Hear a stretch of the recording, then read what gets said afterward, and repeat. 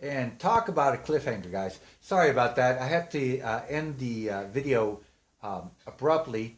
I was running out of recording time, and my little princess needed some of my attention really badly. So, uh, anyways, apologies. Also, I noticed that I played the video back, and it turned out to be a little bit more of a complex subject matter than I initially thought. And I'm not entirely sure if that's a factor of just my inability to convey that complex a thought, or maybe it's just intrinsically something that's intrinsic to the subject matter itself. I try to look at things as they are, and sometimes it's a little too complex for me to get out clearly initially. So uh, hopefully you guys can bear with me. If you found it informative at all, let me know if you kind of like my style of conversation, or if you think I should try to make it a little bit, try to keep it a little bit more simple, then I'll strive to do that. There's no point in talking about something if your audience isn't following you, so I try to be cognizant of that as well. But having said that, yes, let me get back to what I was saying.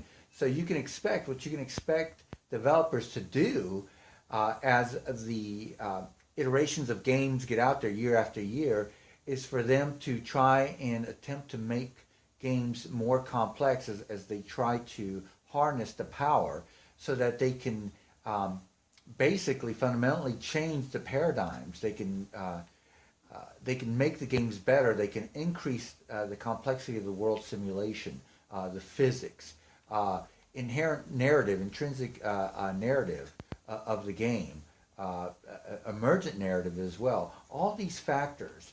What I mean by emergent narrative, if you can think back to Shadow of Mordor, Middle Earth Shadow of Mordor, it introduced something called the Nemesis system, and that was, in a way, an emergent type of a procedural narrative, if you will. But it's a feature that wasn't available on the 360 and the PlayStation 3, if I'm not mistaken. Somebody in the comments, please correct me if I'm wrong. So as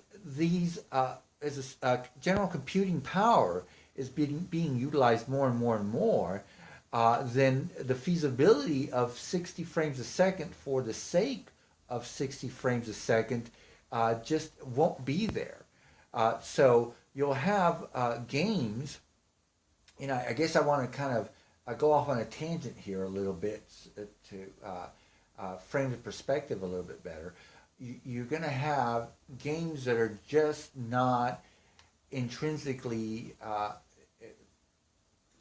can I put this? Games that aren't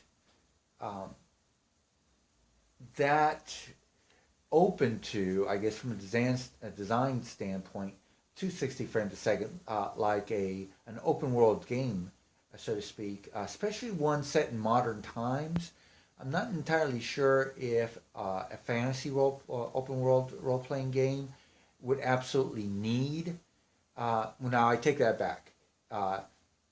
You may need heavy simulation if you're going to be doing things like castle sieges with large armies fighting and whatnot.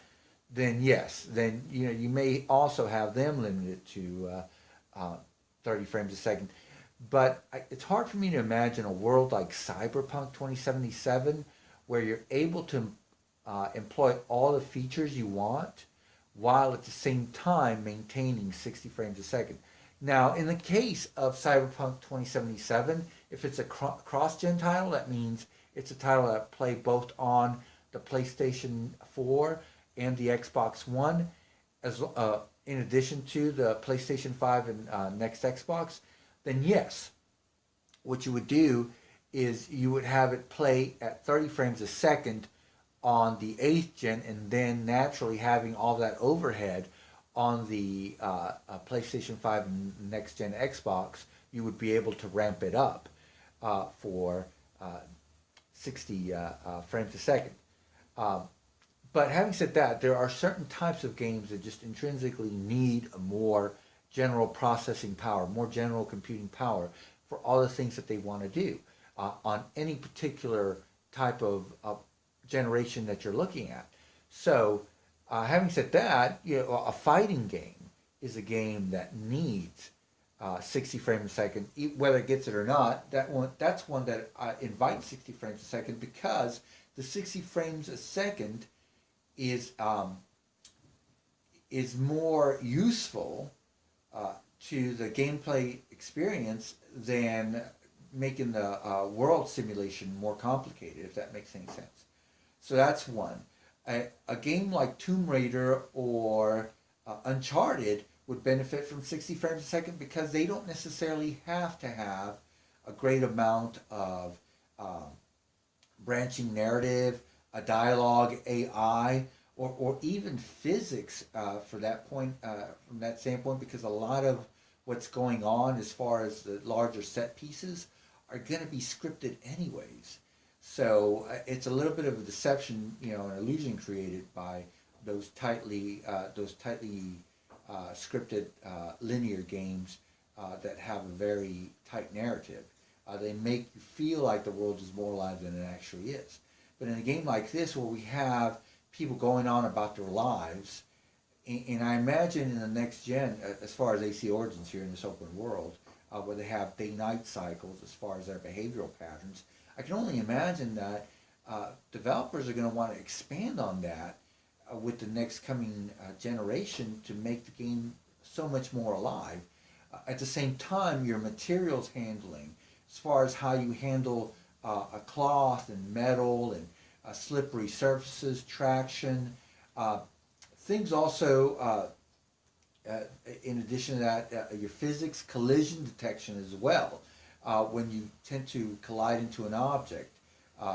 Those things are going to get, fundamentally more complex, and maybe even to the point of an order of magnitude.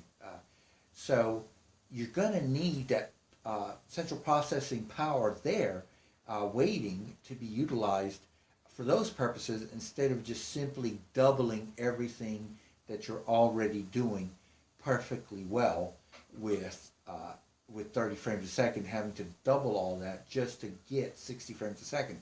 And while 60 frames a second is better from a factual standpoint, there's a price to pay for it.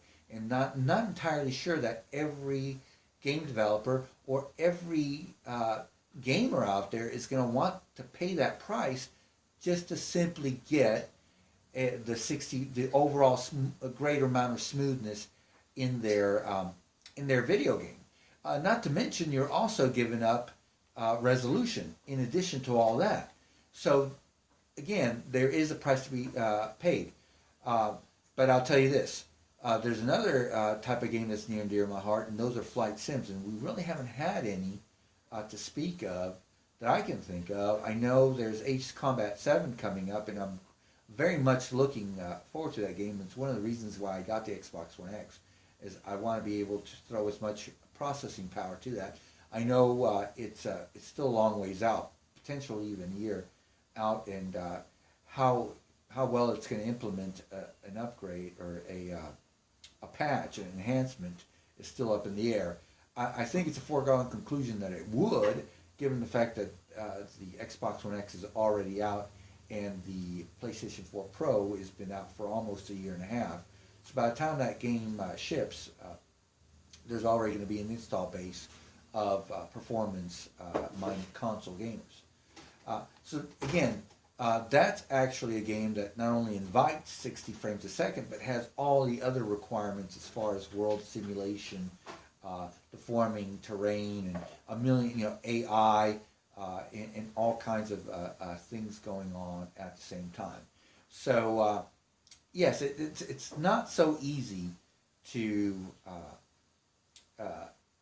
just simply say let's double the frame rate. Oh, and at the same time we want everything guaranteed at a 4K. There are sacrifices that need to be made, and these sacrifices need to be weighed carefully against the benefit they bring versus the cost that they impose.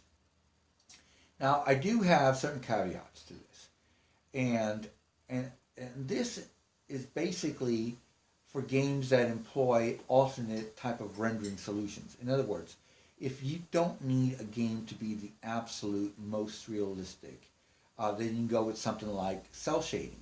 That should greatly not just simplify the type of art that's being used, but the because of that, you don't necessarily need as much resolution, but you can have it. And once you have that resolution, it doesn't absolutely have to be the most lifelike. Again, because it's a type of art style that is very fantastical. You don't necessarily need to have a game world that is as real as possible from the standpoint of physics, artificial intelligence, branching narrative, or whatever. So those things greatly simplify everything that you have to do. So it is conceivable, not a given, it's not automatic, but it's conceivable to have an open world game that is cel shaded that can both be at native 4K plus run at a solid lock 60 frames a second. Granted, that's a possibility, it's not a guarantee. So I will give you that caveat. Another thing also is an open world game that is based whether or not to go with the fantastical, cel shading style, which would help, but an open world game that utilizes a top-down perspective like Vulcan or Diablo in that regard. So that's basically my take on the whole topic of frame rate versus 30 frames a second versus 60 frames a second. Yes, it's absolutely better and smoother and more immersive to have 60 frames a second, but you do pay a cost for it. Guys, I think I beat this horse to death. Hopefully you can glean a little bit of insight into what I'm trying to convey. I know it's a complex subject and there's a lot to take in, but hopefully you guys were able to make heads or tails of what I'm trying to convey here. Again, if you like the subject matter, if you like my conversational style, let me know. That way I can try and get better at it. I do definitely want to be clearer in my speech, and I want to be able to convey the ideas in a much more digestible manner. But it's going to take some work, and I want to make sure that it's appreciated before I go through the trouble of trying to change or enhance my conversational style. If you guys rather I keep things simple, I can do that as well. I know a lot of guys are out there doing that though, and I feel that hopefully I'm conveying ideas in a way that not so many other people are doing. Hopefully there's something unique about my style of delivery here. Anyways, if you guys like, please comment, subscribe, and like if you like, dislike if you dislike it, and if you do dislike, tell me what it is that you dislike about it, other than the bad audio and the non-existent editing. Anyway, guys, thank you so much for all your time and your attention and the comments. And we'll be making another video here, maybe not today, but hopefully by tomorrow, conveying the idea or expressing what 9th Gen gaming means to me and what I feel it should mean to you as well. And maybe you guys can give me some feedback for that as well. All right, guys, that's going to do it for now. Thank you so much, and we'll be talking to you guys later. Bye-bye.